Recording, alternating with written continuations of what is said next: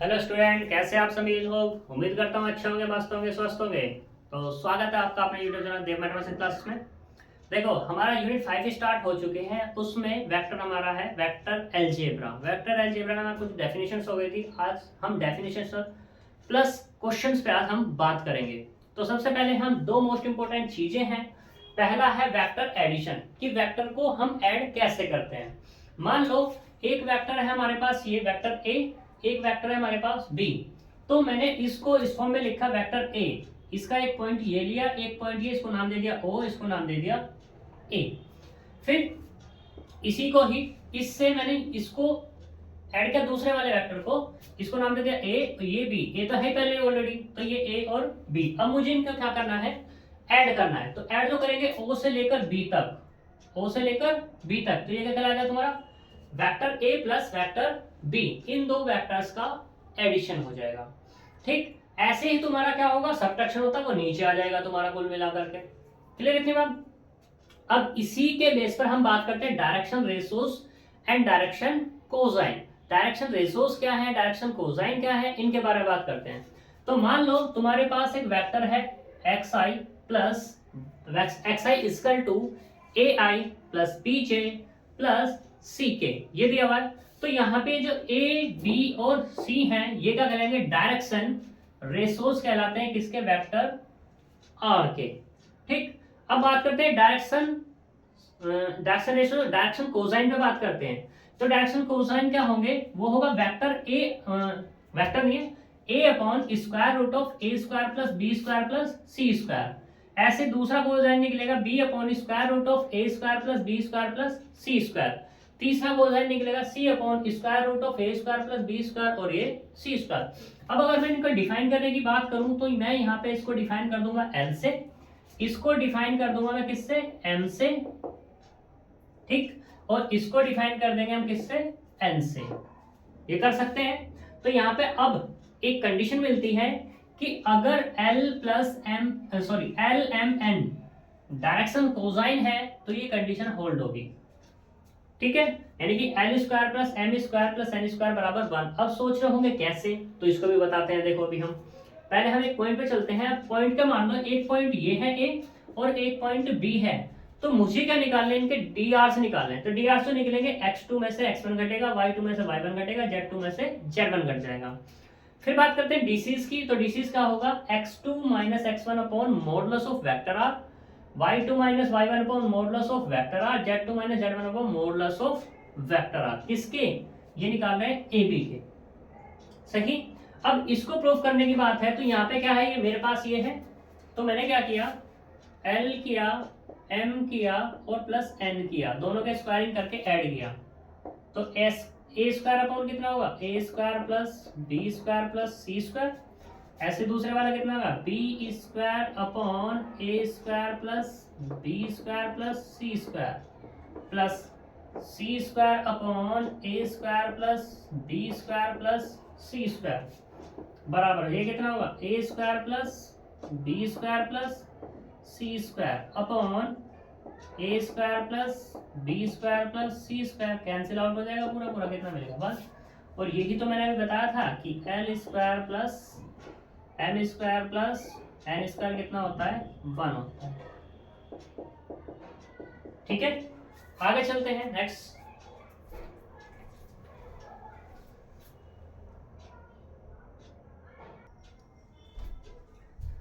देखो, हम यहाँ पे एग्जांपल नंबर 1 पे बात करते हैं। इसने कहा find the unit vector in the direction of vector A equal to I plus 2j plus 3k। इस पे हमें बात करनी है, यूनिट वेक्टर बताना है किसकी डायरेक्शन में, ए की। तो unit vector we have, unit vector जो होगा किसका, ए का ही निकालना। तो ए कैप बराबर होगा vector A upon modulus of vector ए। ठीक, इसमें वेक्टर ए हमारे पास ऑलरेडी है, हमें क्या निकालना होगा, मॉडुलस ऑफ वेक्टर ए निकालना है। तो मॉडुलस ऑफ वेक्टर ए बराबर modulus of I plus 2j plus 3k बराबर square root of 1 plus 4 plus 9। तो यहां से मिला रूट 14 तो यहाँ से मॉडुलस ऑफ वेक्टर ए बराबर रूट 14 मिल गया। इसको यूज कर लो, यूजिंग इन किस में, 1 में। जब 1 में यूज करेंगे तो ए कैप बराबर वेक्टर ए की वैल्यू रख दो I plus 2j plus 3k upon root 14। या तो यहीं छोड़ दो या इसको ऐसे लिख लो, A cap equal to 1 upon root 14 I cap plus 2 upon root 14 J cap plus 3 upon root 14 और ये के कैप। ठीक, ये तुम्हारा आंसर हो जाएगा। आगे चलते हैं नेक्स्ट क्वेश्चन पे। इसमें दूसरा दिया हुआ है इसी में, find A vector in the direction of A has magnitude of 5। Magnitude क्या दे दिया इसने, 5 दे दिया है। तो हमें निकाल के दिखाना है। एग्जाम्पल नंबर 2 पे बात कर लेते हैं। एग्जाम्पल नंबर 2 कहता है फाइंड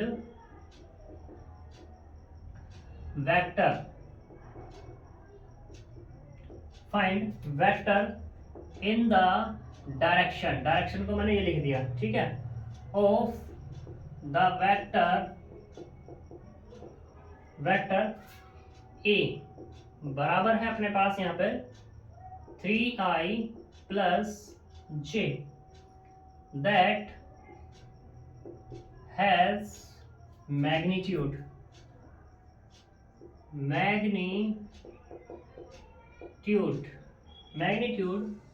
of 5 units। 5 यूनिट्स की बात हो रही है यहाँ पर। तो देखो सॉल्यूशन में क्या है कि यूनिट की बात हो रही है, तो हमें क्या बात करनी पड़ेगी यहाँ पे, 5 यूनिट के रेस्पेक्ट में बात करनी है। तो पहले निकाल लो यहाँ पर ए कैप कितना होगा, वेक्टर ए अपॉन में मॉडुलस ऑफ वेक्टर ए। निकालो, वेक्टर ए कितना है 2i plus J upon modulus of 2i plus J equals to 2i plus J upon कितना आएगा, स्क्वायर रूट ऑफ 4 प्लस 1 बराबर 2i plus J upon root 5। हमें किसकी direction में चाहिए, 5 की डायरेक्शन में चाहिए, मैग्नीट्यूड ऑफ 5 के लिए चाहिए। जब मैग्नीट्यूड ऑफ 5 के लिए चाहिए तो हम क्या कर देंगे, द रिक्वायर्ड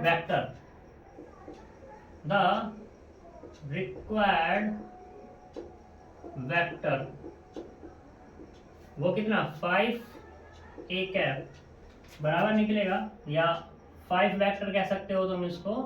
तो 5 की मल्टीप्लाई कर देंगे 2i प्लस के जे अपॉन रूट 5, डिवाइड भी कर सकते हो तुम इसको, ऐसी कोई बात नहीं है, ठीक है। देखो यहाँ एक थोड़ा छोटी गड़बड़ी, यहाँ 3i था तो मैंने 2 लिख लिया, ये 3 है, ये वाला भी 3 है, तो ये 3, ये वाला कितना हो जाएगा 9, और ये अब 10 हो जाएगा तुम्हारा, ठीक है। तो ये 10 हो गया, इसको ऐसा भी लिख सकते हो, या चलो ऐसे ही रहना तो ठीक। आगे चलते हैं क्वेश्चन 3, एग्जाम्पल 3 मोस्ट इंपोर्टेंट है, आया हुआ है कई बार। एग्जाम्पल नंबर 3 कहता है वेक्टर ए दिया, वेक्टर बी दिया, ठीक। तो गिवन है यहाँ पर वेक्टर ए बराबर कितना है 3i plus 2j and vector B बराबर दिया है यहाँ पर 2i plus 3j is modulus of vector A बराबर मॉडुलस ऑफ वेक्टर बी। तो ये पूछ रहा है इज क्या वेक्टर ए बराबर है वेक्टर बी के, ये पूछना चाह रहा है। तो नाउ देख लो यहाँ पर हम निकालते हैं वेक्टर ए।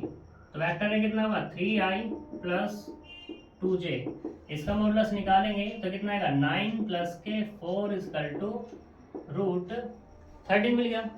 ऐसे ही मॉडुलस ऑफ वेक्टर बी पे बात कर लेते हैं, तो कितना मॉडुलस ऑफ 2i प्लस के 3j बराबर कितना square root of 4 plus 9 equal to root 13।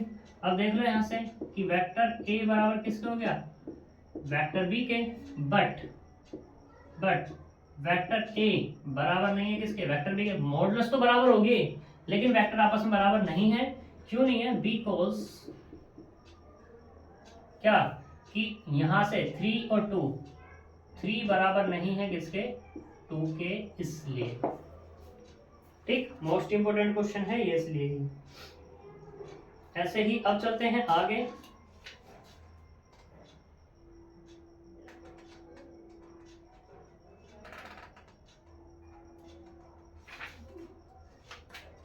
एक एग्जांपल 4 दिया, 5 दिया और 6 दिया, तीनों के तीनों एक जैसे ही हैं।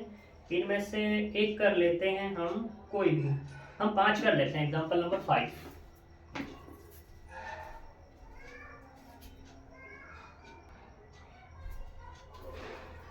देखो एग्जांपल 5 कहता है find a unit vector in the direction of A B. A B की डायरेक्शन में हमें क्या निकालना है? यूनिट वेक्टर निकालना है। किस पॉइंट के लिए? ए के लिए और बी के लिए। तो सबसे मुझे पहले क्या चाहिए? वेक्टर ए बी चाहिए। नाउ वेक्टर ए बी, तो वेक्टर ए बी जो निकलेगा वो निकलेगा position of vector B minus position of vector A की। ठीक है, पोजीशन ऑफ ए या position of B minus position of A, ऐसे कह सकते हो। अब बात करते हैं पोजीशन ऑफ बी। बी के पॉइंट ये हैं, तो इसकी पोजीशन कितनी आएगी? 4i plus 5j plus 6k cap minus position of ए कितना आएगा? i plus 2j plus 3k। सही, तो यहां से कितना? 4i plus 5j plus 6k minus के i माइनस के 2j और माइनस के 3k। यहां से मिला अपने को 4i minus i plus 5j minus के 2j प्लस 6k माइनस के 3k। यहाँ से कितना जाएगा? ये होगा अपने पास 3i, ये होगा अपने पास 3j और ये होगा अपने पास 3k। तो ये पोजीशन मिल गई। हमें क्या चाहिए? यूनिट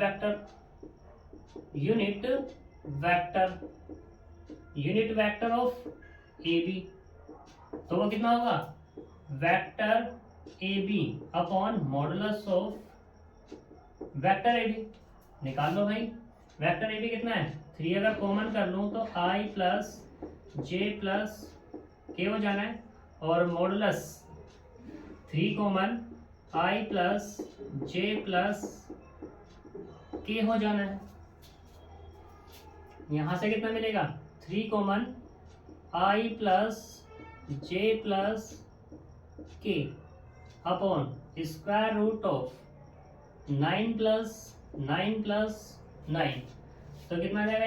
ये होगा 3i plus j plus k upon में रूट 27, और रूट 27 को क्या लिख सकते हैं? 9 इंटू 3 लिख सकते हैं। तो यहाँ से कितना? 3i plus j plus k upon कितना आएगा? 3 रूट 3। इससे ये कैंसिल, तो यहाँ पे कितना मिल जाएगा? ये मिला अपने को i upon root 3 plus j upon root 3 और k अपॉन रूट 3। ठीक है,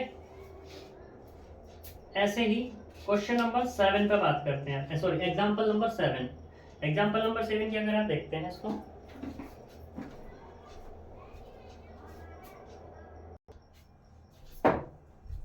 देखो एग्जांपल नंबर 7 पे बात करते हैं। अच्छा एग्जांपल है, इंपोर्टेंट एग्जांपल है। इसमें कहा है show that the point of A B C, point दे दिया है हमें कितने? A B C with position vector A, position vector B, position vector C respectively from the vertex of a right angle triangle. यानी कि ये कहने का मतलब ये है इसका कि ये जो पॉइंट्स लिए गए हैं ये राइट एंगल ट्रायंगल से लिए गए हैं। राइट एंगल ट्रायंगल क्या है हमारे पास? ये होता है। ठीक है, अगर ये कहता है ए, ये कहता है बी और ये कहता है सी, तो ये दिया इसने वेक्टर ए, ये दिया इसने वेक्टर बी और ये वाला दिया इसने वेक्टर सी। ठीक है, तो यहाँ पे इसकी बात है।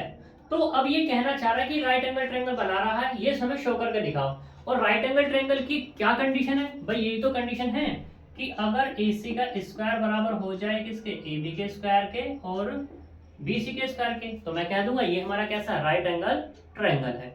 तो करते हैं, इसी पे बात करते हैं। Now solution. नाउ हम निकालते हैं पहले वेक्टर AB।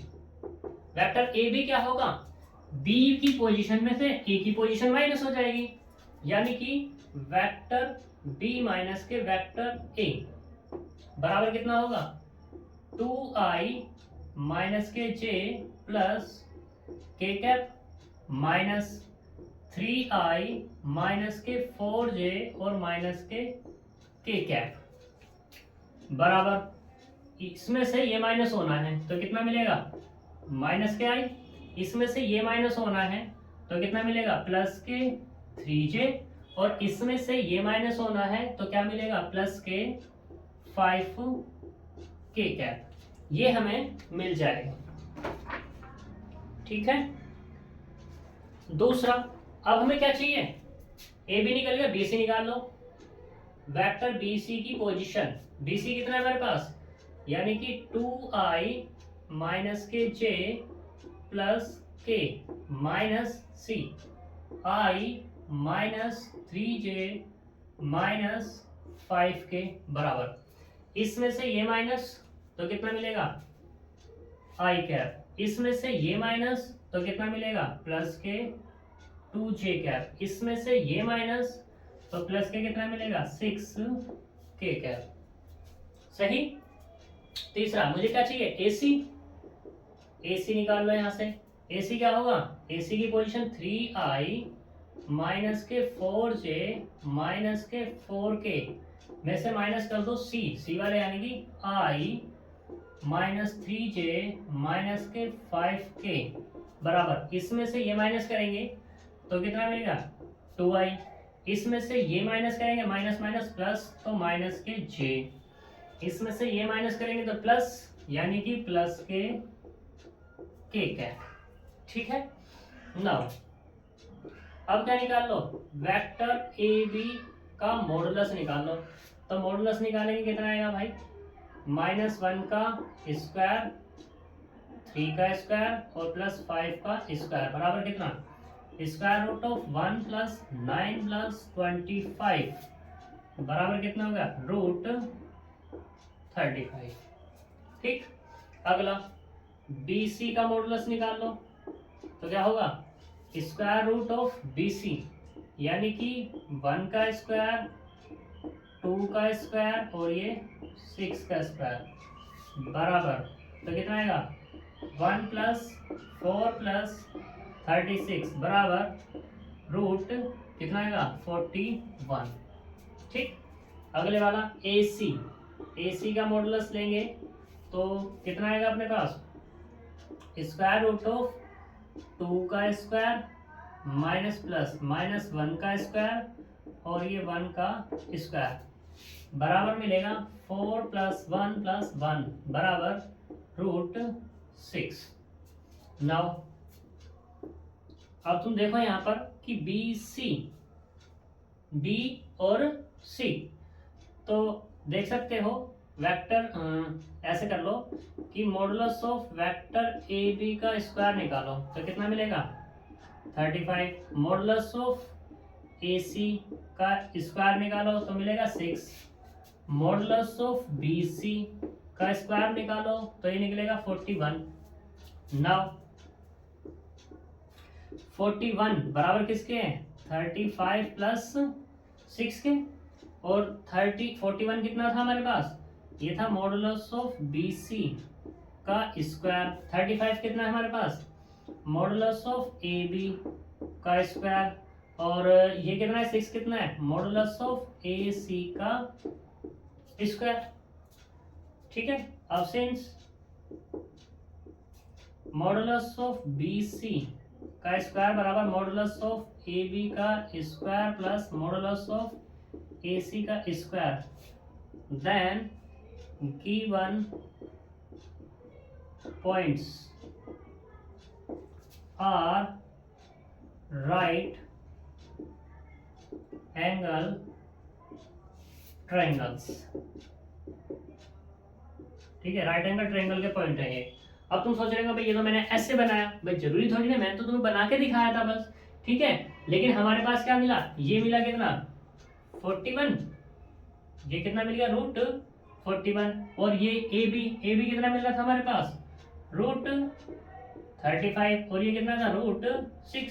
तो अब हम इसे कैसे कन्वर्ट कर सकते हैं, अब हम इसे ऐसे नहीं लिख सकते, ये हमारे पास कितना हुआ रूट 41, ये वाला रूट 6 और ये वाला रूट 35। तो अब इसे नाम दे सकते हैं हम क्या, बी सी, यानी कि ये वाला होगा बी और ये वाला होगा हमारे पास सी।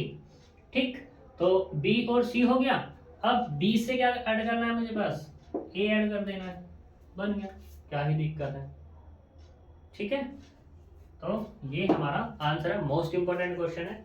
तो आज इसके सारे क्वेश्चन समझ आने चाहिए। कल हम बात करेंगे स्केलर की प्रॉपर्टीज पर। ठीक है, तो आज के लिए हम इतना ही छोड़ते हैं, मिलते हैं नेक्स्ट वीडियो में, तब तक के लिए बाय बाय।